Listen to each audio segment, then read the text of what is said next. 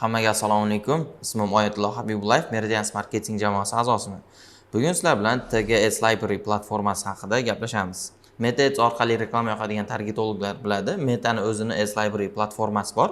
U platforma orqali siz Meta Ads'da yoqilgan barcha reklamalarni ko'rib tursangiz bo'ladi.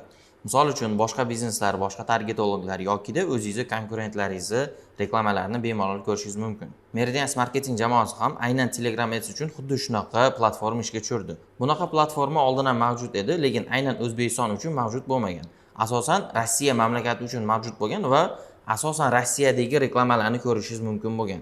Biz faqatgina O'zbekiston uchun xuddi shunaqa platformani ishga tushirdik.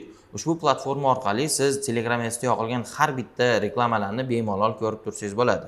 Kelinglar platformani birga ko'rib chiqamiz.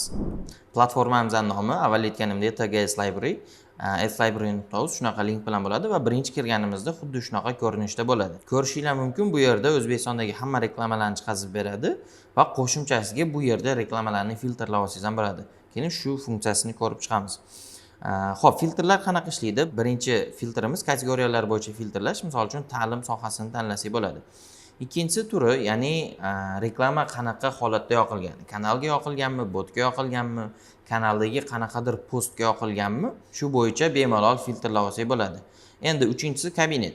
Bilasizlar, asosan ton va yevro kabinetda reklamalar yoqiladi. Shu yerdan tanlab olsak bo'ladi. Ton kabinetda, yevro kabinetda yokida ikkala kabinetda yoqilgan reklamalarni ham ko'rsatishni tanlasak bo'ladi va tillari, ya'ni o'zbekcha, ruscha, inglizcha hozircha tillardagi reklamalarni filtrlab olish funksiyasi mavjud. Qamrov bu reklamani qanaqa holatda yoqilgani, ya'ni media bor degani rasmli yoki videoli reklama. Faqat matn bu rasmsiz va video qo'yilmagan, faqat tekst formatda yoqilgan reklamalar. Bugun yangi bu bugun ishga tushgan reklamalarni ko'rsatadi. Biz faqat ta'lim yo'nalishidagi reklamalarni tanlab hozir shu qo'llash tugmasini bosadigan bo'lsak, bu yerda asosan ta'lim yo'nalishidagi reklamalarni ko'rsak bo'ladi. Endi ushbu platformani eng yaxshi funksiyalariga keladigan bo'lsak, birinchidan reklamani ustiga bosgan paytingizda ushbu reklamani umumiy tahlilini chiqazib beradi. Ya'ni qanaqa?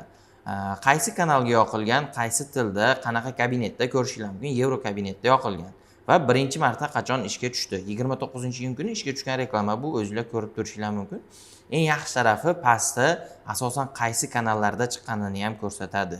Va qo'shimchasiga mana teparoqda ko'rishingiz mumkin, aynan xuddi shu reklama beruvchidan yana qanaqa reklamalar yoqilganini ko'rsak bo'ladi. Bu birinchisi, bu ikkinchisi. Va aynan hozirgi holatda ko'rishimiz mumkin, shu reklama beruvchi tomonidan ikkita aktiv reklama ishlab turibdi. Endi eng muhim funksiyalari haqida gaplashamiz.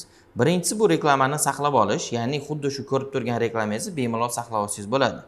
Ikkinchisi va bu eng muhim funksiyalardan biri tracking, ya'ni manzilni kuzatish funksiyasi. Bu eng zo'r funksiyalardan biri deb aytsak bo'ladi. Nimaga? Agar bu funksiyani yoqib qo'yadigan bo'lsangiz, aynan xuddi shu reklama beruvchi tomonidan boshqa reklamalar yoqilsa, bot orqali sizga xabarnoma kelib turadi. Va bu funksiya orqali siz konkurentingiz reklamasini hech qachon o'tkazib olmaysiz va ularning reklamalarini ko'rib bemalol izlay olsangiz ham bo'ladi. Ushbu funksiyalardan foydalanishimiz uchun Telegram akkauntimiz orqali platformaga kirib olishimiz kerak bo'ladi. Bu yoqdan kirish tugmasini bosamiz va Telegram orqali ochish. Botni start qilamiz. Bu yerda botni start qilganimiz uchun veb-sayt orqali ham allaqachon platformaga kirib bo'lganmiz. Bemalol mana ko'rsak bo'ladi, qaytib platformaga allaqachon kirilgan. Endi bu yerdan xuddi shu manzilni kuzatish funksiyasini yoqib qo'ysak bo'ladi. Keyingi safar korzinka qanaqadir reklama chiqaradigan bo'lsa, ushbu bot bizga xabarnoma yuborib turadi. Va qo'shimchasiga bu yerda saqlash funksiyasidan ham foydalansak bo'ladi. Shu ko'rgan reklamalaringizni qaysidir biri o'zingizga yoqib qolsa, agar yo'qotib qo'ymaslik uchun shu funksiyani ustiga bosib saqlashni bosamiz va bu yerda saqlanganlar degan bo'lim bor. Shuni ustiga bosadigan bo'lsangiz, saqlab olgan reklamalaringizni ko'rishingiz mumkin.